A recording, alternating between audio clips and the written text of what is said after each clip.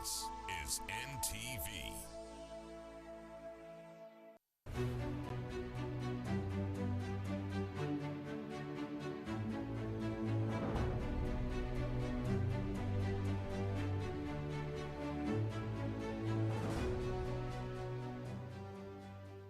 Makerere University is privileged to be a partner on the Mastercard Scholars Program, and we have definitely benefited immensely because under that program we have been able to train more than 1,000 young Africans who would otherwise not be able to come to university. The Scholarship Entrepreneurship Program is extremely important. The program is empowering the students to go and become innovative, to become entrepreneurial, so that they do not have to go around looking for jobs, which are increasingly becoming fewer while the population is actually growing. So this is a very important initiative because it is going to, apart from the students who have benefited, it is going to encourage other students to know that they can actually create their own employment and create employment for others instead of waiting to get employed by other people, which employment is getting less and less. So for Makerere University, it is very important because we can now tell the students, yes, we are preparing you for the world, but in case you don't get employment, it is not the end of the world. You can still create your own employment and even create employment for others. According to Dr. Justin Namara Jumba, the program coordinator of the Mastercard Foundation Scholars Program, Makerere University, the Scholars Entrepreneurship Ventures are very important in establishing changes in the knowledge, attitude, and practices of the scholars with regard to social entrepreneurship and leadership. The Mastercard Scholars Program has three main transition pathways. That is the employment, it has the entrepreneurship, and further education. But in implementing this program, it was observed that while farm employment is on the side of the government and non-government institutions, entrepreneurship was not easy to start by themselves. So the Scholars Entrepreneurship Fund came in to jumpstart that transition pathway for the scholars. We traveled to different parts of Uganda: Piggery, Katakwi, Shema, Palabek, Inwachiso, Boyogerere, and Masajja. We went to Chotera, visiting different scholars and their entrepreneurship ventures. In Piggery district, we met David Solomon Kilama, the co-founder of Zuti Pigs. I started with around 3 pigs. I got around 2 female ones and then 1 male one. And then after they produce, and I kept on adding, because after producing, they come and pick the young ones and they buy them at around 70,000, or on other days they buy it at 100,000. So from the 3 that I had to add in until now we have 10 in numbers. I can say now we are making 6 months in operation. I'm employing 5 people. One is the farm manager, and it's always on ground to see that the feeds are there and everything. Then I have my financial officer, I have the veterinary doctor, and then I have other 2 boys who they always come around to help to bring this the local feeds. My name is Udong Dennis. I'm the manager for this project. Now this project, when we shell, we get the money and we put in the charcoal, and we can even get that money. And it can help me in the way that when I wanted to buy something like soap, and if my child is also sick, I use that money to take care of those kids.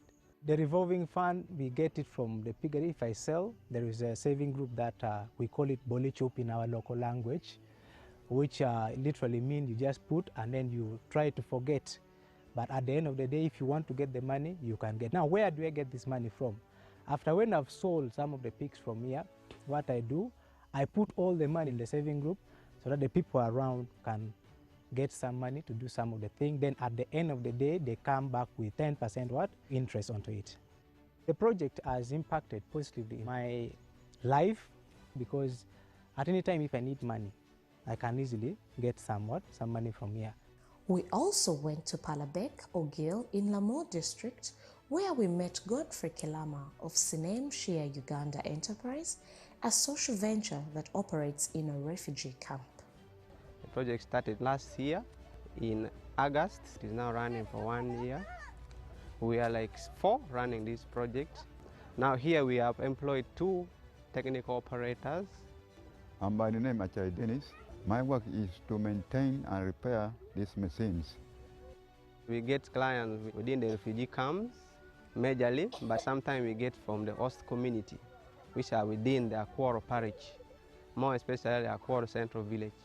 We have majorly embarked on improving the livelihood of refugees, not only grinding those grains like the millet, maize, turn it to flour. We have also engaged them in post-harvest loss management. But our main objective was to grain like 250 kgs in a day, which we have so far surpassed. And the future objective, we want to be the sole grain millers in a refugee camp, so that all the refugees from all the hotspots, the refugee camps, they bring their maize to our milling plant. The community one I told you about, the post-harvest loss. Now I realize that the problem might be in how they earn their harvest at the end of the day. So we engage them on the post-harvest training. And then the second impact, they get good quality maize flour or maybe millet flour, because we are using 0.8 mm size sieving, which can give you the finest flour ever. We visited Rabbit Nation, Uganda in Chotera district, where we met Nicholas Henry Sebidumbi, a software engineer turned entrepreneur. We have been in operation for 1 year. I started with 3 rabbits, 1 male. We currently have about 150 rabbits. We have sold more than 80 rabbits for meat and for breeding purposes. With this farm, we provide farmers with whatever they need, whether rabbit mesh, pellets, the feeds for the rabbits, and even in the future we are planning to be selling hay. The people we employ, they have changed their lives. Amanya gange nze Nsangi Margaret, nze ndi munga farm manager Mbomyu, naye kati nange kasente ke tujjamu kannyambye nagula enkoko nzirina kati ez'amagi, neeyaluliza obwana, nembukuza nsobola okutundamu obw'ennyama, n'entunda n'amagi. We have 2 floors. We have the ground floor and this first floor. Each floor has a holding capacity of about 300 rabbits. And we have also done an expansion structure where we'll expand the farm when it grows bigger. We build standard cages. In these cages, a rabbit can stretch, can jump, can run. These rabbits, we provide them with both commercial pellets and also the pastures. We also have an installed water system, the nipple system. These rabbits can take water at any time they want because of this automatic water system. These cages, they make the house clean. The droppings come on the iron sheets, and then the urine is collected in the gutter. Then they can move the urine up to the collection point outside the structure. Every morning we come and remove the droppings from the iron sheets, and we go and we store them somewhere for other farming activities, because the urine is a fertilizer and at the same time is also a pesticide. Having started the rabbit farm, I realized that depending on rabbits only, I couldn't be able to sustain myself and the farm at large. So I decided to now venture into exotic breed pig farming. So we set up this farm.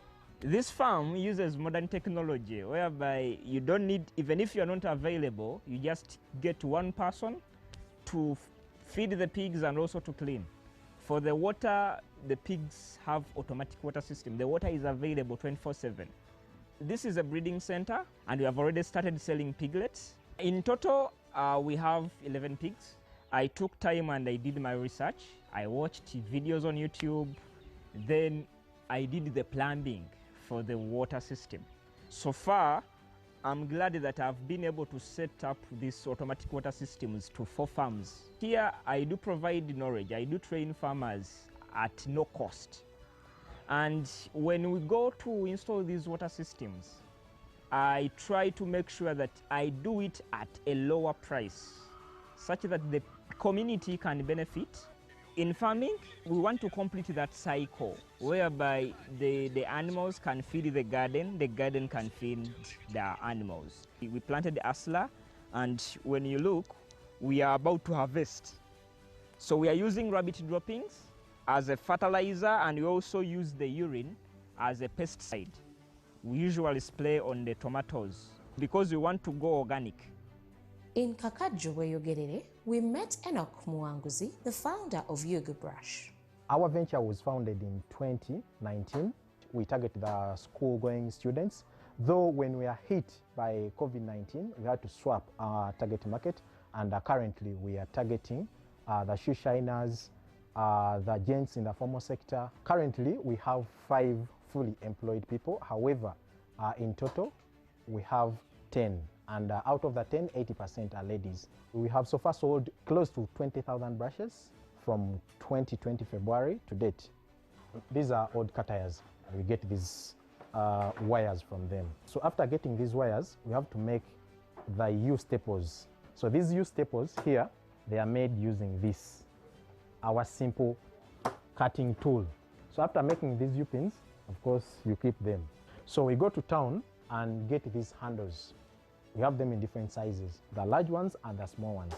Then we get our chart here.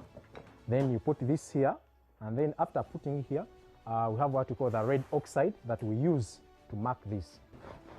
So after marking, you get this chart on this, and then you get your drill. So we're going to put holes here.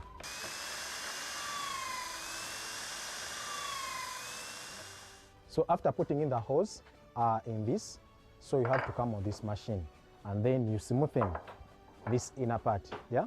Because you're going to put bristles inside, you won't be able to varnish inside. So you have to first smoothen it and then varnish it. So you stain this. After putting this, of course, it dries super fast. Then you get your varnish, and then you varnish it. Because if you don't varnish it, of course, it will get off after drying, yeah. Then after that, you put it on the sun to dry. So after that, then you get the other U-pins we had and the cowtail here. Now these are the cut bristles already, yeah? So after cutting them to the required size, get the U-staple, put the bristles there, and then put in the other hole, hit with a hammer, use a simple nail, and then fix it. So after leveling it, of course, the next step is to go and do the finishing outside. And then you have to continue smoothening it, yeah. So after smoothening, you varnish first layer and then the second layer. After that, you're ready to go. You have a brush like this. Like you see right now, we're working with ladies. When you pay them, you are not just paying them as individuals, but you are helping their children. You are helping the family get something to eat. So we are impacting the community. Then the other thing, when you look at the resources we use, these bristles are made out of cowtail hair. This cowtail hair is a waste. So when we get these bristles, make useful brushes out of them, first we are reducing a lot of waste and we are saving the environment as well. We traveled to Shema in western Uganda, where Chip Build was doing one of their projects. The founders, Elizabeth Nancha and Elizabeth Chitimbo, work on site according to client's call, as they explain. Currently, we are in Kabowe, Shema district. We do production on the client site. That's why we had to travel to Shema. We received the funding in February, so we started operation in March. So far, there's about 7 months of being in operation. These are the interlocking blocks. So the advantage is that these ones have interlocking patterns that interlock into the other to make the structure firm. And it's 30% the cost cutting because it requires less mortar during the construction process as opposed to the normal blocks. It's also way bigger than the conventional clay blocks that require burning. So it's eco-friendly. These blocks can also be made on the client's site, so the client doesn't have to incur in the costs of transportation and the breakages on the way. Also, these blocks take a shorter time to dry to be used. For example, after the production, they require about 2 to 3 weeks to dry up to be ready for construction. On average, In a day, we make about 500 to 600 blocks. And on this site where we are in Kabowe, Shema district, we are supposed to produce 20,000 blocks for the client. We've been able to employ youths, 3 of them so far. Nze Mwonge James, kuno nkolanga operator. Omulimu guno gulimu ebirungi. Nfunyeemu kasente nengulayo kapoloti. My name is Andrew Kamoga and I'm part of Team Chip Build. As you can see in the patterns, we are not using mortar. Mortar is expensive in terms of construction. So the materials required to make these beautiful blocks, you need to have maram, then also sand plus cement. Then we add some water to make a paste that we put in the machine to be able to produce the block. Our clients are people that are interested in setting up decent structures. We can deliver our services to the customers' doorsteps in any part of the country. My name is Mwesija Isaac. A friend of mine told me about these interlocking blocks. I tried to consult some companies, then I compared the costs. I decided to go interlocking because at the end of it all, I think it is cheaper. Through this project, we've been able to sustain ourselves with life after campus.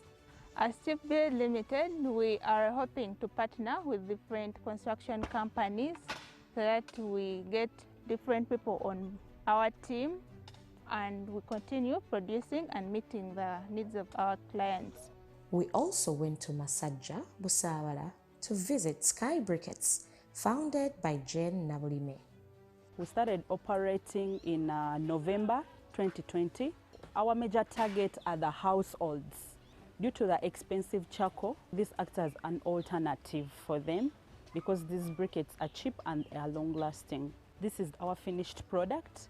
We use the charcoal dust, we use the banana peelings, we use the sawdust, and we also use the molasses, the binders, and the fillers.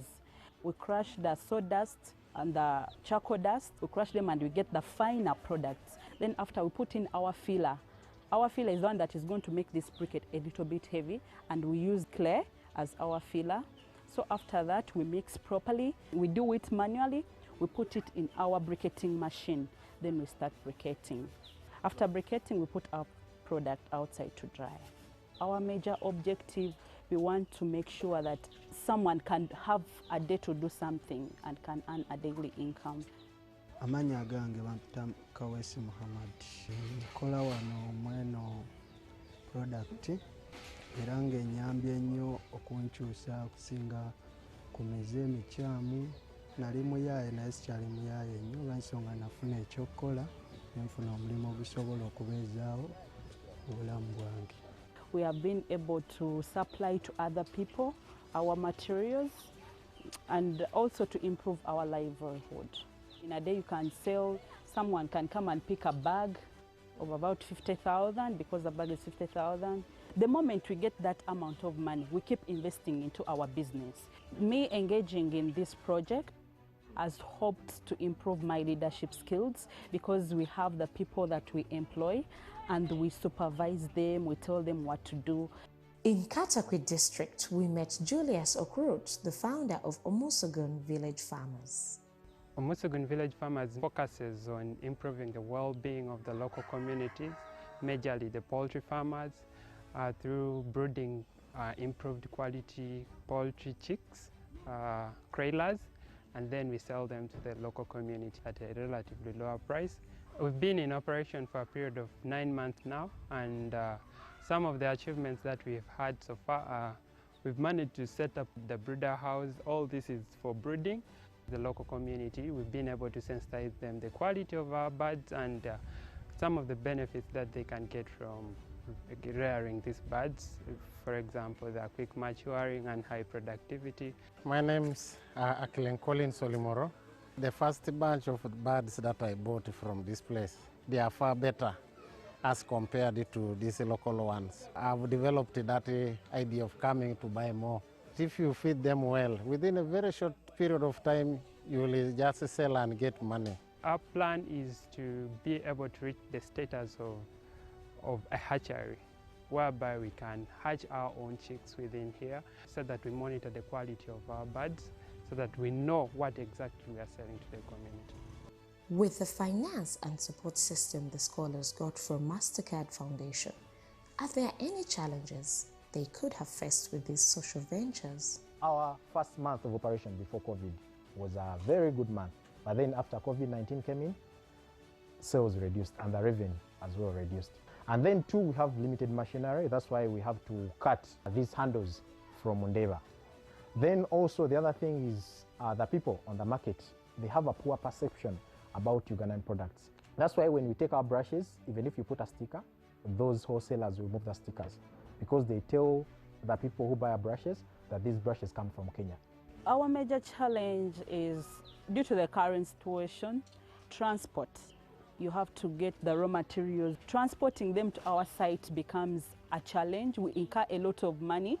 There was a closure of all transport means, so we are not having that opportunity to transport all our grains to Kitgum. So some of them were rotten. And secondly, when we have a breakdown, getting the spare part from Kitgum is also a challenge. The biggest challenge in farming mostly is on the feeds. We don't have any distributor in Greater Masaka region. So whenever there is a need for the feeds, we have to call Kampala. Our supplier the first time gave us very quality birds and we really appreciated, but the second time, the second batch was really of poor quality that we even quite halted to sell to the local community because we didn't want to tarnish our image and so on. So far we have only one machine. The number of clients is overwhelming, yet the machinery is still limited. The scholars, also from these experiences, running various projects, have grown and learned so much. They share some tips for the youth. Young people should change their perception. Young people out there, they may fear such jobs because someone can come to do and they feel they will get dirty, and maybe the rate of unemployment is also too much. But the moment you start, you can earn yourself some money. So I would encourage every young people, as long as you have your own idea, don't sit on it, just wake up in a day and start.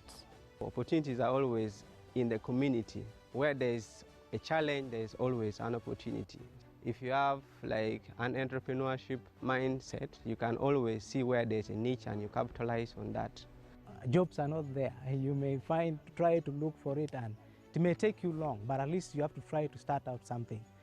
The best thing to do now is start it right away and start with the little that you have. One by one, they say, makes a bundle. We need to help these young men and women appreciate the initiatives, not as just a trial, but as a pathway in life. How can we do that? Making it beyond a training, but an institutionalized program with institutionalized mentors for the young people out there. I encourage people to work as teams, because in a team, everybody has a building block they bring in terms of expertise, knowledge and skill, and above all, continuity. I would like to call upon all our other stakeholders, especially the business community, to leverage this good example that has been set by the Mastercard Foundation of empowering our young people to become job creators, to become innovators, because that is extremely important for our country and for our region, where industrialization is still low, and we do not expect all these students coming out of the university to go and get employment. But actually, it is they that are going to industrialize our country. It is they that are going to transform agriculture in the communities where they come from. Therefore, it is the duty of all our stakeholders, all good people of goodwill who have got some resources, to support what has been started by Mastercard, so that we can now do this even on a larger scale, and that should help us to solve a lot of the problems that we are facing with our growing younger population.